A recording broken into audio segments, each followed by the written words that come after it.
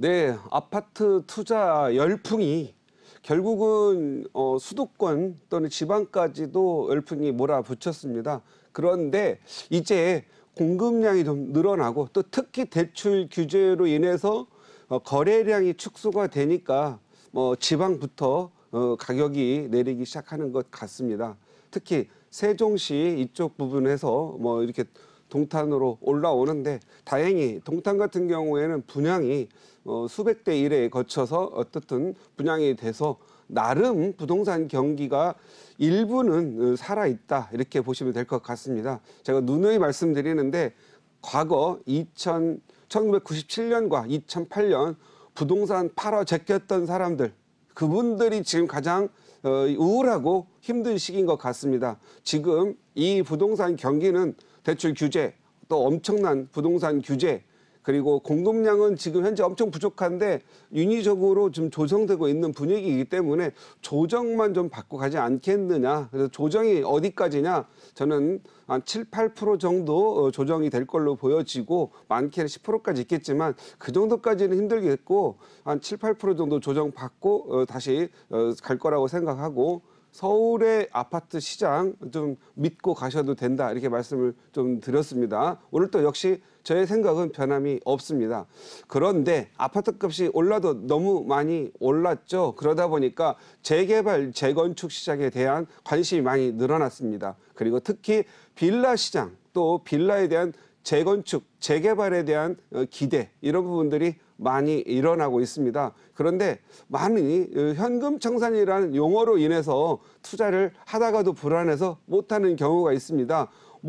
재개발 무조건 짓기만 하면은 재개발 또는 주택, 단독주택 재건축으로 보이는데 이게 과연 청산이 되는지 안 되는지 무언가 좀 기준을 좀 명확히 아시고 투자를 하셨으면 좋겠다라는 말씀 드리고요. 오늘은 제목을 권리 산정 기준일과 현금 청산일의 기준은 뭐냐 이 부분이 좀 중요한 것 같습니다. 그래서 요걸 좀 몇 개의 개발 방식을 가지고 정리를 했으니까 여러분은 요 개념만 알고 있으면 헷갈리지 않고 투자 제대로 할 걸로 보여집니다. 권리 산정 기준일이 뭐죠? 지난 시간에 말씀을 드렸기 때문에 지난 시간 거 권리 산정일 검색해 보면 아마 큰 도움이 될 걸로 보여집니다.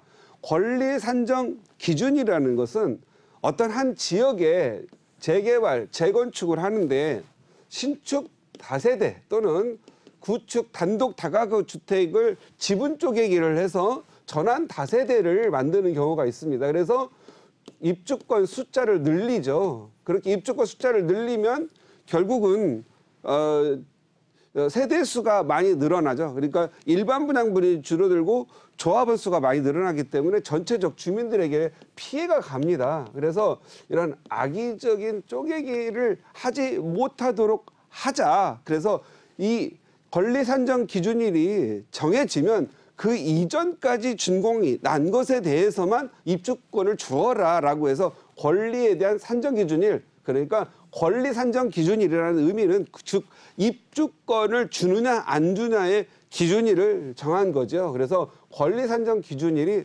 중요합니다. 그런데 권리 산정 기준일이 정해지면 누가 새로 건축 허가 받아서 새로 짓지 않겠죠. 그래서 그런 지역 같은 경우는 그대로 입주권의 숫자는 늘어나지 아니하고 그냥 계속 노후도가 진행됨으로써 재개발, 재건축, 단독주택 재건축이 진행됩니다. 그래서 오늘 이 시간에는 요 권리 산정 기준일이 어떤 영향을 미치는가 그걸 좀 살펴보도록 하겠고요.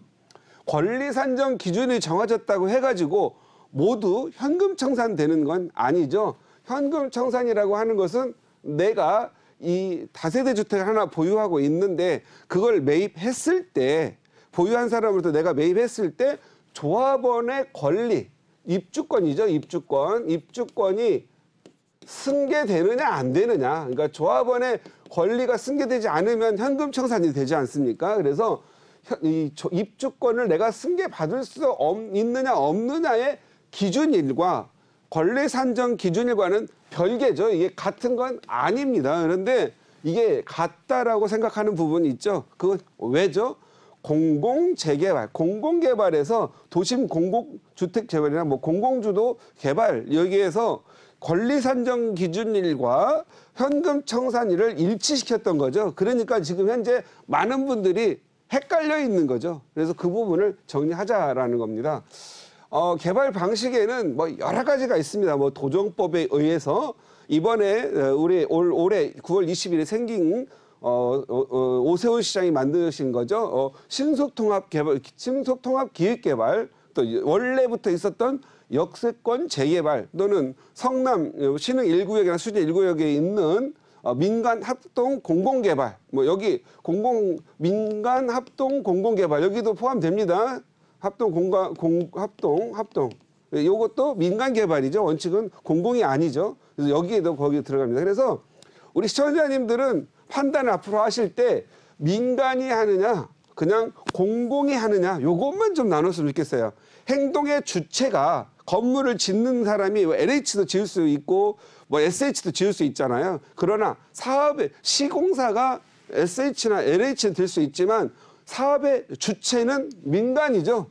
예를 들어서 성남의 지금 성남 구도시가 지금 현재 전부 순환 재개발 방식으로 진행되고 있습니다.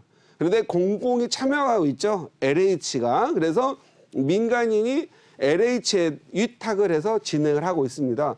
마치 보이는 건 공공이 주도해서 진행되는 거 있지만 주도자, 시행사는 누구냐? 민간이죠. 그래서 성남의 대부분, 모든은 아니죠. 거기도 공공이 하나 들어가 있으니까 대부분의 그 재개발, 순환 재개발 방식은 민간 주도이고 LH에게 같이 공동으로 진행하면서 위탁되어졌다. 그래서 민간이다. 그래서 민간이니까 이쪽으로 이해를 하셔야 됩니다. 우리 민간인들이 짓는 가장 흔한 방식, 지금 현재 과거에는 도시 및 주거 환경 정비법에 의해서 재개발, 재건축이 진행이 됐었습니다.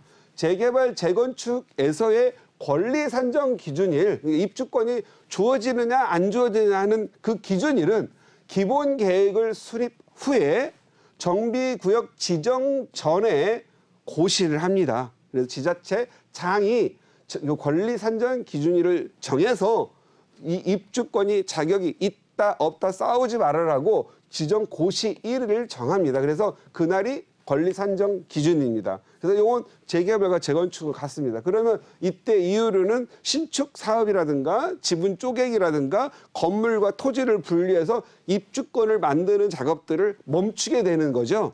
그런데 멈추었다고 해서 매매는 되지 않느냐? 기존 이 권리 산정일 이전에 이미 입주권의 권리를 확보하신 분들은 언제든지 매매를 할 수 있지요. 그런데 매매를 너무 많이 하는 걸 원치 않아서 이것마저도 현금청산 기준을 정해놨습니다. 현금청산 기준이라고 따로 정해지지 않았고 용어상으로는 조합원의 지위를 승계할 수 없다. 승계 불가. 그래서 조합원 지위가 승계가 불가한 걸 가지고 샀어요. 그래서 승계가 안 되니까 어떻게 돼서 조합에서 현금 청산을 해버리겠죠. 그래서 현금 청산이 되는 기준일이 되는 겁니다. 그래서 재개발 같은 경우에는 여러 단계가 있죠. 정비구역 지정 단계, 그 다음에 추진위 승인 단계, 조합 인가 단계, 건축 심의 단계, 사업 시행 인가 단계, 관리 처분 단계, 이주 단계, 공사 단계, 입주 단계가 있는데 그 단계 중에서 막바지에 발생되는 관리 처분 인가일 기준으로 해서 그 이후에 거래되는 것은 조합원의 지위를 승계하지 않겠다. 그러니까 조합 너희들이 현금 청산해라. 그래서 현금 청산 기준일이 관리처분 인가일 후부터입니다. 그리고 재건축 같은 경우 재건축은 아파트가 대부분이 하죠. 단독주택 재건축과 아파트 재건축이 있는데 우리가 일반적으로 흔히 볼 수 있는 것은 아파트 재건축을 많이 보고 있죠. 재건축을 하다 보니 너무 투기의 붐이 많이 일어나니까 이건 안 되겠구나. 그래서 재건축 같은 경우에는 좀 더 일찍 현금 청산을 할 수 있도록 하자 해서 이때는 조합 인가 1 기준으로 해서 조합 인가 후부터 거래되는 거에 대해서는 현금 청산할 수 있도록 만들었죠. 그래서 이 민간 방식으로 하는 것들은 관리처분 인가일이냐 아니면 조합설립 인가일이냐가 현금 청산의 좋은 기준이 됩니다. 그래서 권리 산정 기준일과 현금 청산 기준일이 일치하지 않는다 이렇게 보시면 됩니다. 그런데 단 여기 이제 재건축 재개발이 어떤 사연에서 떠나서 다른 데로 이사를 가야 될 분들이 있지 않습니까? 그런 분들한테는 한 번에 팔 수 있는 기회를 좀 주자. 그래서 외외적으로 단 10년 이상 보유를 하고 5년 이상을 거주한 사람은 매각을 하는 게 투기 행위로 보지 아니하고 조합원의 지위를 승계해 주겠다. 그래서 이런 분들 것은 하나를 살 수가 있겠죠. 그래서 어떤 지역에 꼭 내가 사서 들어가야 될 사람들은 조합원의 지위를 승계받을 수 있는 기회를 한 번 정도 열어두었고 또 기존 조합원은 한 번 정도 팔 수 있는 기회를 열어두었죠. 그래서 보통 재개발, 재건축지에서 따지고 있는 게 10년 이상 보유하고 5년 이상 거주한 그러한 입주권을 가진 것들을 살려고 하지요. 이번에 신속 통합기획개발 지난 9월 21일 날 처음 시도가 됐죠. 이것은 서울시만 있습니다. 서울시만.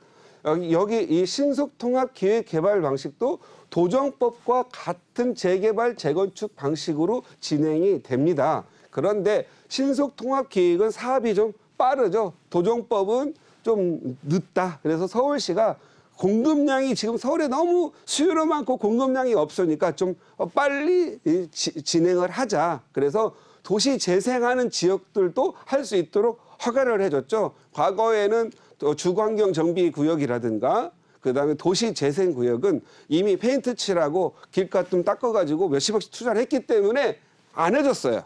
그런데 비용이 낭비라고 해가지고 그런데 그게 오히려 재개발 재건축 발목을 잡고 도시의 노후화된 그런 부분으로서 주거 편의시설을 제공하지 않기 때문에 그것도 과감하게 주민들이 원하면 해주자. 그래서 이제 서울시 같은 경우에는 도시재생 지역도 도시재생이나 또 주거환경 정비 지역도 노후도가 맞는다라고 한다면 신속통합기획개발에 신청을 해서 진행할 수가 있죠. 그래서 이것은 앞으로 5년 동안 서울시가 앞으로 5년 동안 공급이 좀 차질이 있으니 매년 서울시에서 모집 공고일을 내서 신속통합기획개발 방식으로 해서 재개발과 재건축을 시켜주겠다. 단 노후도와 주민들의 동의가 맞는 경우 그래서 올해 2021년 1년에는 9월 21일, 9월 23일인가 2일인가 이거 제가 체크를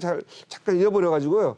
적다 보면 막 헷갈리는데 9월 21일 처음에 모집 공고를 냈습니다. 그래서 이 9월 20일에서 102개 지역인가가 지금 신청을 해서 올 12월 말까지 25개 지역을 최종적으로 선정하겠다. 그러면 나머지 떨어진 데는 어떻게 하냐? 또 내년에 공고를 매년 하기로 했으니까 내년에 공고를 해서 권리 산정 기준일이 새로 만들어지겠다. 그래서 여러분들이 알고 계셔야 되는 게 권리 산정 기준일은 서울시의 신속통합기획 개발 중에 올 12월에 선정 완료되는 25개 지역에 대해서만 요 모집 공고일 기준으로 권리 산정일이 된다. 이렇게 보시면 될 것 같죠. 그렇게 하니까 102개 지역은 신청을 했는데 어디가 붙고 어디가 떨어질지 모르니까 신청을 한 지역에 대해서는 지금 현재 신축 행위가 일어나지 않고 있겠죠. 그래서 12월이 지나면 또 다음 9월이나 8월 정도에 또 이렇게 매년 나온다고 했으니까 그때를 향해서 일부 지어지는 지역이 있을 거다. 그래서 저는 이번에 떨어지는 지역이 오히려 또 어떻게 보면 신축 다세대 주택이 늘어나는 시장이 되기 때문에 좀 고민이 될 건데 이런 것들 고민하지 마시고요. 지렁이길이라든가 공사가 하기 어려운 그런 지역들이 좀 있지 않습니까? 그런 지역들은 내년에도 또는 내후년에도 노후도가 맞아서 선정될 개연성이 높으니까 오히려 좋은 투자처로 생각하시고 이번에 25개 지역에 못 하시는 분들은 나머지 떨어진 지역에서도 옥석을 가려가지고 노후도가 맞을 지역을 선택하는 것도 좋을 걸로 보여집니다. 그런데 이 신속통합기획개발에서 만약에 이제 권리 산정 기준을 해가지고 12월에 선정을 했다. 그러면 과연 현금청산일은 어떻게 되느냐? 결국은 이렇게 신속통합 기획을 했지만 도정법을 따라가게 되겠죠. 이걸 준용해서 상하니까. 그래서 관리처분 인가일과 조합 설립 인가일이 현금청산이 되겠고, 역시 10년 이상 보유하고 5년 이상 거주한 조합원의 지위는 승계할 거다. 이렇게 보시면 될 것 같습니다. 그래서 얘는 같다. 역시 또 요즘 이제 각 지역마다 노후도 되고, 역세권 500m 이내의 지역에 좀 노후도가 좀 진행되고 있고, 뭔가 개발을 해줘서 공급을 좀 늘려야 되겠다는 지역들이 있죠. 그래서 역세권 재개발 지역, 이 지역 같은 경우도 권리 산정 기준을 뭔가 만들어줘야 되겠죠. 얘는 도정법상 있는 지역이 아니기 때문에 기본 계획이 없는 경우가 많이 있습니다. 그래서 이런 경우에는 노후도를 흐트리지 않기 위해서 개발행위 제한을 먼저 합니다. 그 다음에 3년 내에 정비구역 지정 고시를 하게 되는데, 정비구역 지정 고시 1이 여기가 권리산정 기준일이 됩니다. 이때 권리산정 기준이 되면은 그때부터는 구청에서는 건축 허가를 내주지 않겠죠. 그래서 노후도나 입주권이 많이 깨져가지고 개발 사업에 진행하는데 걸림돌이 없도록 제한해 주는 거죠. 그래서 만약에 갑자기 정비구역 지정한다고 소문나면 투자자들 와가지고 또 신축업자들이 와가지고 저기에서 입주권 막 생기면 주민들과 갈등이 심화되지 않겠습니까? 그래서 미리 개발 행위를 제한하고 그 다음에 3년 이내에 정비구역 지정 고시일이 됩니다. 보통 개발 행위를 제한하고 나면 주민들의 큰 동의가 없다라고 한다면 10에서 한 12개월 정도면 정비구역 고시일이 되는데, 그날이 권리 산정 기준이 될 거다. 그리고 역시 민간인 주도로 가는 시행이기 때문에 역시 재개발로 갈 경우에는 관리처분 인가일 기준 이후로 현금청산이 되고, 역시 재건축으로 갈 경우에는 조합설립 인가일 이후로 현금청산이 됩니다. 그래서 역세권 재개발은 주로 역세권 재개발 방식으로 많이 진행이 된다. 요런 부분들이 서울에 몇 군데 있죠. 그래서 이번에 원효로 우리 용산 원효로 일가가 이 방식으로 지어집니다. 그래서 권리 산정 기준일이 아직 정해지지 않았고, 그다음에 권리 산정일이 지정됐다 하더라도 관리처분 인가일 이후까지 계속 거래가 될 수 있다라는 거. 그래서 권리 산정 기준일과 현금청산 일치하지 않으니까 걱정하지 말라는 거 말씀을 드리겠고요. 그 다음에 공공개발이죠. 요거 작년에 국토부에서 공공주도 개발과 또 올해는 도심 공공주택 복합개발이라고 느닷없이 나왔죠. 이게 나온 이유는 서울 도심 내에 공급량의 부족을 해소하고 아파트 시장을 안정화시키려고 하는 그런 의도로 만들었습니다. 그래서 공공주도 개발이나 도심 공공주택 복합개발은 국토부에서 이 신청하는 지역의 모집 공고일을 기준으로 권리 산정을 정했고요. 그 다음에 이 국토부에서 사업 빨리 진행한다고 하니까 투자 뭐 이런 것들을 많이 늘어나겠죠. 그래서 여기는 현금청산일도 역시 국토부에서 모집하는 공고일을 기준으로 했습니다. 그래서 이 공공으로 하는 부분들은 권리산정 기준일과 현금청산일이 일치한다. 그래서 공공주도 개발 작년에 했던 공공주도로 지금 진행하고 있는 뭐 성북 1구역이라든가 이런 지역들 같은 경우에는 원래 권리 산정 기준일이 작년 하면 너무 힘들다. 뭐 올해 2월 4일자를 하려니까 너무 마찰이 많으니까 그때 엄포를 놔두고 날짜를 조정했죠. 그래서 올해 2021년 6월 29일 이후로 거래되는 거에 대해서는 현금 청산한다. 그래서 국토부에서는 아마 그 공고일을 했던 그 부분들은 당시에 제도를 만들면서 투자자가 너무 많이 몰려오면 가격이 너무 많이 폭등을 해서 제도를 만들 가치가 없을 것 같아서 미리 공고일과 현금청산일을 같이 일치시켜서 투기일을 하지 못하도록 만든 그런 제도였고, 너무 빨리 지정을 해놨기 때문에 여러 갖고 있는 입주민, 지역 주민들의 반대가 좀 심할 걸 해서 좀 합리적으로 6월 29일자로 현금 청산 기준을 만들어 놨습니다. 그래서 이런 지역들은 또 토지 거래 허가, 그러니까 사서 입주를 해야만 하는데, 그래도 토지 거래 허가 이게 무서운 것보다도 현금 청산이 무서워서 투자를 하지 않고 그대로 매물도 나오지 않고 거래도 되지 않는 지역이죠. 이런 지역은 아파트가 다 지어지고 나면 가격이 많이 오르겠죠. 그리고 요즘 핫 이슈입니다. 공공주택 복합개발이죠. 이것은 국토부가 시시때때로 노후도가 심화된 지역을 가지고 역시 국토부가 모집 공고일과 그리고 국토부가 모집 공고비를 같이 해서 현금 청산하겠다. 요게 대표적인 데가 증산 4구역이 그렇게 진행되고 있죠. 그래서 사업이 굉장히 빨리 진행될 걸로 보여집니다. 그래서 증산 4구역 같은 경우에는 이 공공주택 복합개발 공공이 들어죠. 이거 소위 공공주도 3080이라고 하고 있습니다. 공공주도 308로 하고 있는 게 공공주택 복합개발이죠. 요거는 역시 권리산정일 기준일과 현금 청산일이 같다. 그래서 이런 지역 같은 경우에는 현금 청산일 기준이 9월 21일로 돼 있다라는 부분을 좀 아셨으면 좋겠고요. 투자를 하다 보면 이런 것들이 정리가 안 돼서 소위 헷갈린다라고 하는 부분들이 많이 있는데, 그래서 권리 산정 기준일과 현금 청산일 기준을 한번 정리해 보았으니까 잘 판단 기준을 아셔서 투자 임하셨으면 좋겠습니다.